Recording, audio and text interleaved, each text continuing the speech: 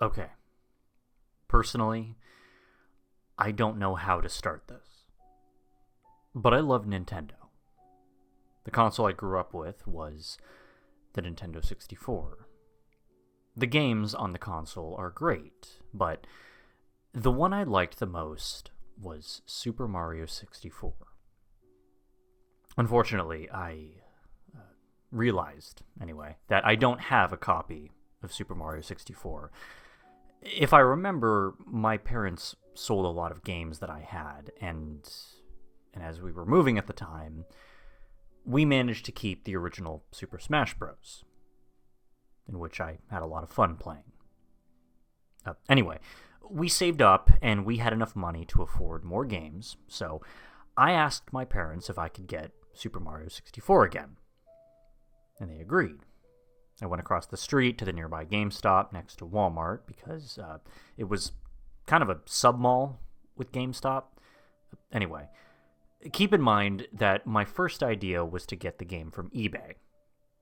I don't necessarily trust the sellers, though, so as a quick fix, I went to GameStop to see if they were having a nostalgia sale or whatever. For some reason, I didn't expect this, but I found the game along with other games, like Majora's Mask, another favorite game of mine. And without hesitation, I purchased it and Majora's Mask because of the nostalgia trip. There was no short message written in Sharpie on the cartridge or anything eerie from one of those haunted game stories I'd seen before. So I returned home, turned on my N64 to begin playing, and the game began as it usually did. I was greeted by the head of Mario, and I pressed start. It played the cutscene where Mario jumped out of the pipe. And at this point, I didn't really find anything weird. It was like any other Mario game. Though keep in mind that this game was not cheap. It cost the exact same as what you would expect from a Super Mario 64 copy on launch. Anyway, when I first started the Bomb-On Battlefield level, I collected stars one by one. After I reached the top of the mountain, King Bomb-On came there to greet Mario and say his line. Now, for some reason, his brother is mentioned in the text. I don't really remember what it said because I was focused on the good part of the level, fighting King Bomb-On. I did notice the text, though. I remember it said something about Luigi.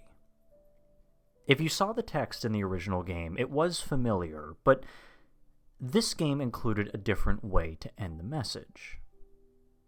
I didn't really care, since there was nothing weird about hearing Luigi mentioned in any of the Mario series. I finally collected the star after I defeated King Bomb-On. It was just me having fun.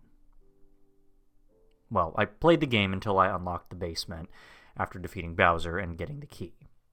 I didn't go into any detail because nothing really fascinating happened, and at that point I entered the basement.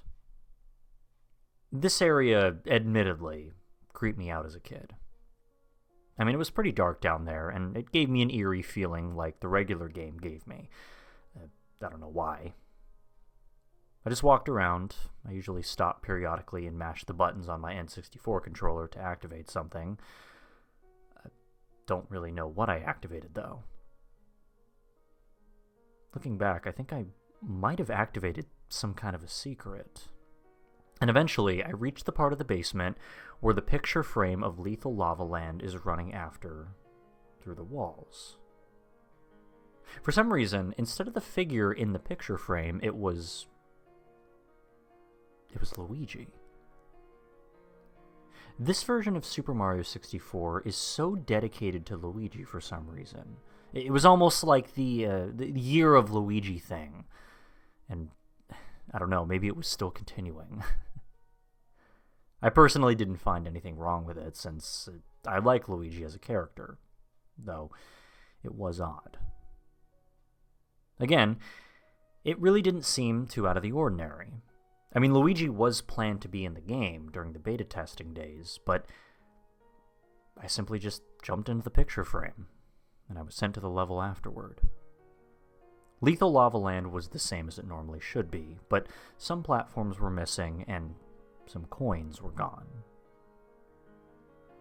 I began looking for stars to collect in order to unlock a level, or star room.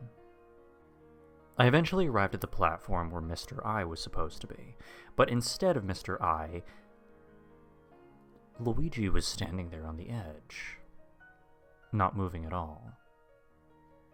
I approached him to see if he was just Mr. I with a different model. I mean, this could have been a modded version of Mario 64, a personalized copy or something. And I accidentally pushed him into the lava. I gotta say, I felt kind of bad for him. His screams and cries for Mario were not distorted or recorded by a different person. They were recorded by Charles Martinet, the voice actor of Mario and Luigi. Maybe, judging by this being clearly recent, it sounded like the screams were AI generated. After Luigi's flesh melts and he drowns in the lava, a star flies out of the lava and I collect it. I was instantly sent to Peach's castle. But for some reason, I was knocked out of the picture frame like Mario is when he fails a level. I noticed that the water surrounding the frame was red, and Mario had a terrified expression on his face. Right behind him, though, Luigi looked noticeably different in the picture frame, almost like a zombie. His clothes were darker, and his skeleton was now visible. His clothes were torn as well. Every time I tried to find my way out, it was like the endless staircase that you need to go up to defeat Bowser.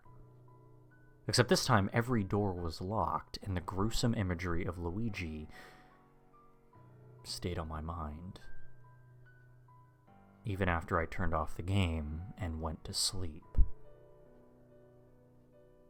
Trust me, I tried everything that would get me out of this situation. I tried doing the backwards long jump to get out of this, and it didn't work. The eerie part is that Luigi in the picture frame has these really realistic graphics. Almost like 1080p. The game doesn't suit this level of quality, since the console is old and it was beyond the system's technical limitations. And while the main graphics worked, this was different. You've seen the games like Super Smash Bros. And the others, and the quality didn't look like Luigi's picture frame. The picture of Luigi's disfigured body in the picture frame threw the original graphics out the window, and if I'm being honest, despite it all, I liked how this version worked. I'll probably not be able to try this version again, but luckily I screenshotted everything in this game. The bloodied water then rises. I could do nothing as Mario drowned in it while performing his animation. There are no more lives, since I guess the game took them all, and it returned me to the intro with Mario's head. The game then went back to normal. Though at this point I turned off the game, and I'm simply not taking any risks anymore. Okay, I'm done. If you want to play this version of Super Mario 64, though, luckily, I copied the original game file and brought it over to the web. But good luck finding it. As for the game itself, I still have it, since after this situation, the copy is seemingly back to normal. There's no creepy moment where Luigi gets burned by Mario pushing him, and I'm able to play it normally again. How did I put the original game on the web, though? I mean, I wonder. I dumped the ROM, and for goodness sake, I'm not going to give you a link. For now, though, I'm protecting this blog. If my brother ever finds this game, this blog will be given to him, as just like me, he loves Mario. And he knows more about this stuff than I do. Hopefully he'll do a better job than I did with this blog. Or with my grammar, or really anything. Nothing's going to happen, though, thankfully, and I'll be fine. I'll just enjoy my copies of Majora's Mask and Mario 64 in the meantime. Though my wish is for my brother to record this experience, hopefully do a better job than I did. Anyway, goodbye. I'm hoping that I'll stop having nightmares of Luigi getting his face burned off and his screams.